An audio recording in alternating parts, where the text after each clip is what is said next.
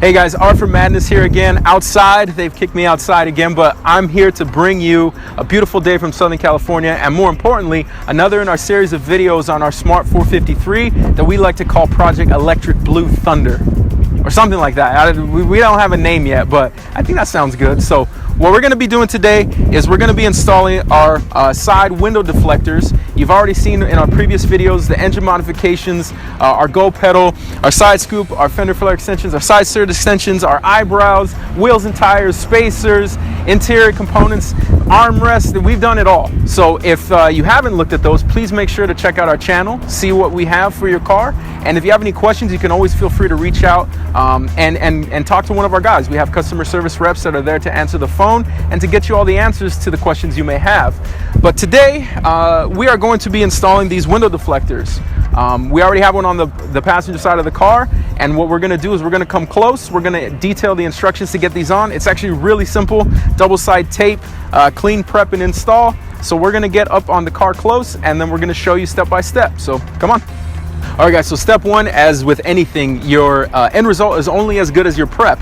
And that goes especially true anytime we're working with double-sided tape, as we are today. So what we always want to make sure is that we're on a day that you don't have any dust, any debris, any wax, anything on the car. If you happen to, and we have wax on our cars, we have sealant and things like that, what we have to do is mix a solution of rubbing alcohol, 10 parts for 1 part of water, and you're going to spray and use a nice clean lint-free cloth to wipe off the surface. Now we've already done that here, but make sure that you do that on your car for the application, so we make sure that double-side tape has a nice good base to bond to. So with that being done, we're going to come up close. We're going to start putting some measurements down so we can line this deflector up real nice and tight. So now that we have the surface prepped, I wanted to take a second and just kind of talk about the tools you are going to need. It's actually really straightforward. It's a double side tape installation like I mentioned previously. So the only thing you're going to need is a measuring tape. You're going to have to make a plumb bob. I know some of you are wondering what that is, but I'll show you. It's very simple household items that you have ready at your disposal to make. And then you're going to need to use the supplied little sticker tabs. Again, I'll get to that when we get to the step. And then you're going to need the deflector. So what we're going to do, oh, also one more thing, there is one thing I forgot. You are going to need some masking tape just so we can make a couple marks. So with that in hand, we're going to go ahead and lay out. We're going to talk about the steps, and then we're going to start executing on those so that you can get yours installed in a flash. All right, so I did a little setup just to kind of make it a little bit more visually appealing, or maybe just make it easier to see, because we are working on a white tritium cell car. So I laid a couple pieces of masking tape down, one that just crests right atop the door line where the plastic handle kind of slopes above the glass. So you can see it's taped right across that line. And then I laid a couple more strips up here on the actual tritium cell itself, and I wrote 2 numbers. You can see up here I have 8.25 inches, and then down here I have 2.25 or 2 1/4 and 8 1/4 inches up top. What we're going to end up doing is we're going to use our measuring tape, and then we're just going to start and measure from the corner right here. So look, I'll even open the door and fold it over to make it very apparent. So right from this corner where the door panel sits, or the plastic portion sits, we're going to measure over 2 1/4 inches, and using a pen, a pencil, or some kind of marker, in my case I have a marker, we're going to mark 2 1/4 inches from this point out on the door here. So if we line up 2 1/4,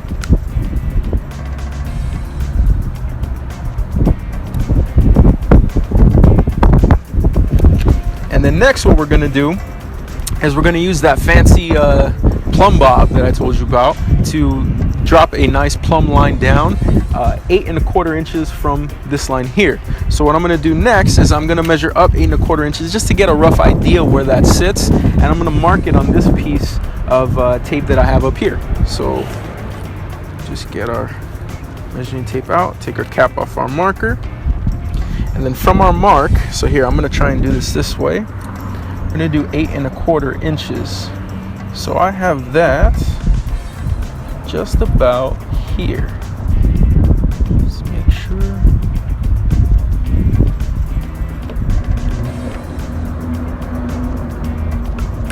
There we go. And it doesn't need to be completely precise. We're just looking for approximations here because it'll all line up when we put our tabs in place.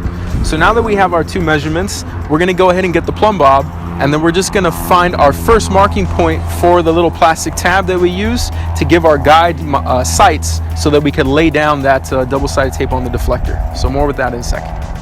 Okay, so now that we got our two marks, our 8 1/4 mark up in this area, and then our 2 1/4 mark down here, what we're going to use is what I call the plumb bob. And you can actually buy them. Some of you probably own them. I know I have one. I just didn't have one right now. We were out in a pinch. I told you I'm outside and I need to fasten something really quickly. So I happen to have a piece of string. I know it's random, but I did. And then a nut. And all you have to do is place something heavy at the end of a piece of string. And what that'll do is it'll allow it to hang down and drop a straight line when you're trying to measure.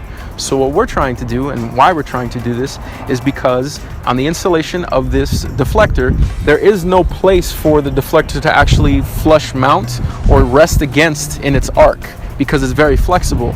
So what we need to do to allow us to have right points to mark the tape line of the deflector is place little tabs that are removed after installation, and you'll notice you get these with every kit. There's going to be one of the tabs, there's actually two of them because there's one for each side, that is significantly larger than the others. This is about twice the size, and the reason for our two marks is because we're going to use this to place our first tab where the back side of the deflector is going to end. And essentially what it's going to do is it's going to rest with the top point on the inside in line with our 8 2/4 inch mark from down here. So when we draw an imaginary line up here, this corner, this top corner right up here, is going to rest on that line, somewhere in that vicinity. And that's going to be our marker for the deflector to finish, and that's where the edge of the deflector will see. So what the plumb bob's job is to do is to help us just double check our two reference points. You don't really need it as long as you're able to measure roughly your 8 1/4 and 2 1/4 inches off. But just to check our work, it's always nice to have that validation that we did what we needed to do. So what I'm going to do is I'm going to put this away for right now. And then I'm going to just gather some of this up because it's a little too long. And we're just going to let it hang down, and the weight will line our mark up. So you can see a shadow. When I line the shadow over our mark and just kind of reference where it intersects on the edge of the tritium cell, you can see that's right in line with the 8 1/4 mark that I have on this masking tape here. So I know, and I've checked, that this line is where I need it to be in the intersection of the 2 1/4 and 8 1/4 marks. So that means that little tab is going to sit in the corner of that tab right up here. So I'm going to get that out, then we're going to show you putting it on the car. We're going to place the other tabs, then we're ready to put the deflector on. Okay, so what we're going to do is, this is our largest tab here that we have. The others are about half the size. And what we need to do is lead this flat edge here up with the curve of the tritium here in this weather stripping, and leave this top left tab in line with our 8 1/4 mark that's on the masking tape here. So the nice thing is it's see-through, so you can kind of get an idea just by looking when it's going to line up right, and then we can stick it down. So that's about right. I'm going to stick this down, and what I'm going to do is peel this back for right now because it's going to be in the way of the deflector where it mounts, and then we'll just lay it down just like that. Now these are going to be removed after we're done, so it's not anything that needs to be seated permanently, a lot of pressure placed on it. It's just a guide for us moving forward. And the next step is going to be, there's going to be other markers following this curvature here. They're going to lay down about every 8 or so inches from this last one, until we get to the front, and that's going to be the gap that the arc of the deflector is going to reside on. All right, so we have a couple of the smaller sized tabs that we're going to place on the tritium here to show our gapping, and you can see the difference in size of this one. It's about half the size of the one that we put in the back. The important is placing the one at the back here, because that's going to be our starting point for the deflector to sit. The rest of them, if you space them 8 to 12 inches apart from this one moving forward, that's going to be more than sufficient. All you're going to do is peel back just like we did on this one, and just make sure that one of the flat edges is going to be sitting close in line with the flat edges of the weather stripping here. So I'm going to start about here, just about the doorpost, and place it, and then we're just going to move along towards the front and place the remainder, and then we are ready to install our deflector.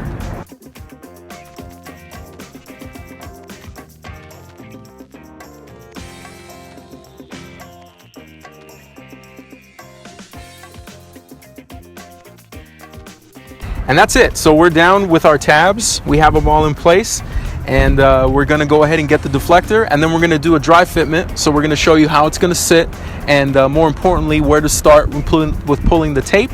And then we're just going to pull the tape, press it in place, and we're good to go. All right, guys, so I have the deflector, as you see it kind of creeping into the shot.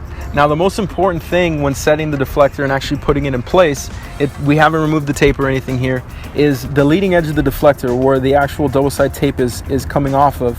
That's the most critical part for when we seat it.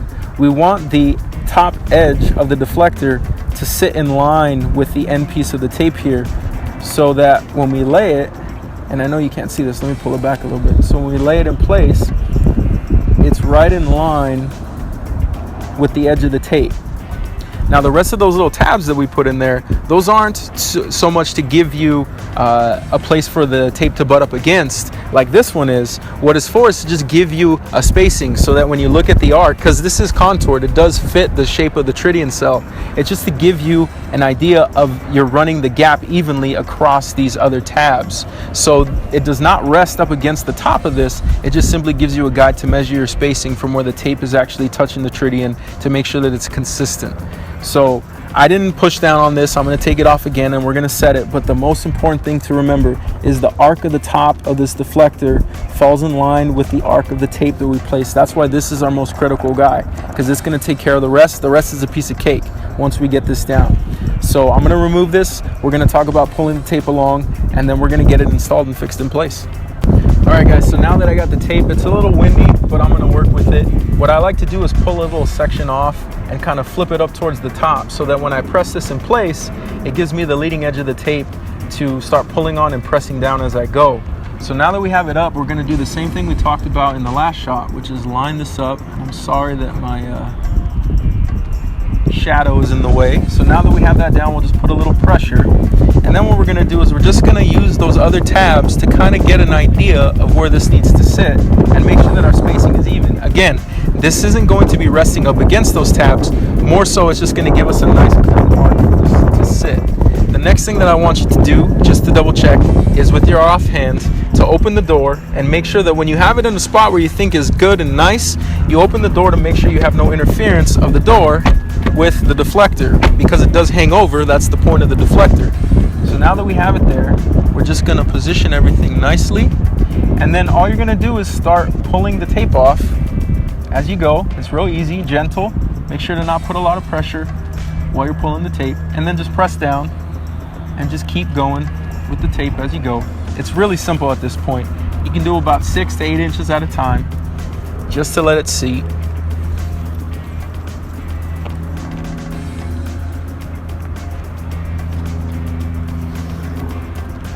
Just press it in place. And again, it doesn't have to be a lot of pressure right now, because you just need it to stick. So keep your tabs in place. And remember, we are going to remove those in a sec too. You get to the end, press it down. And then once you have it all in place, then you're going to want to go ahead and just, using your hands, press it in place a little bit more firmly. Another thing to keep in mind, and what's real important with these deflectors, is to make sure that you don't have any car wash or any weather coming, water, moisture, that's going to affect them, because it will affect the cure time of the actual double-sided tape, and it could compromise it. So you just want to make sure for at minimum 24 hours, we like to see 3 days, 72, that you don't have any water for them.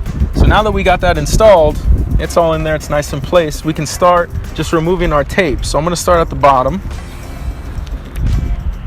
and then we're just going to start removing these tabs.